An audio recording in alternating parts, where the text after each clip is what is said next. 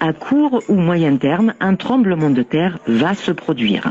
Un séisme qui risque d'être d'ailleurs très violent, avec une magnitude de 8 sur l'échelle de Richter, suivi d'un probable tsunami avec des vagues de 4 mètres de haut.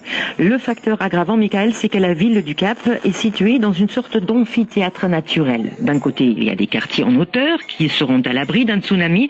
De l'autre, il y a le centre historique situé en bord de mer qui, lui, sera entièrement submergé. Évidemment, face à un tel risque, Stéphanie, la prévention est cruciale.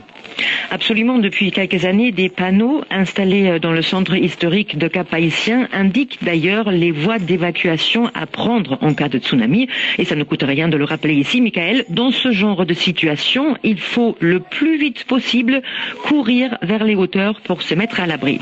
Le problème, c'est qu'une grande majorité de la population ne sait pas comment réagir en cas de séisme, ni comment reconnaître les signes avant-coureurs d'un tsunami. Pour changer cette donne, l'ONG internationale GeoHazards, spécialisée dans la gestion des risques et des désastres, a lancé un programme dans 18 écoles de Cap-Haïtien qui sont toutes situées dans la zone la plus à risque. Ce programme, qui s'appelle Timoun en action, en français les enfants en action, apprend aux élèves à devenir des sismocitoyens. Sismocitoyen, ça veut dire quoi ? Eh bien, voici ce qu'en dit le docteur Garmalia Mentor-William.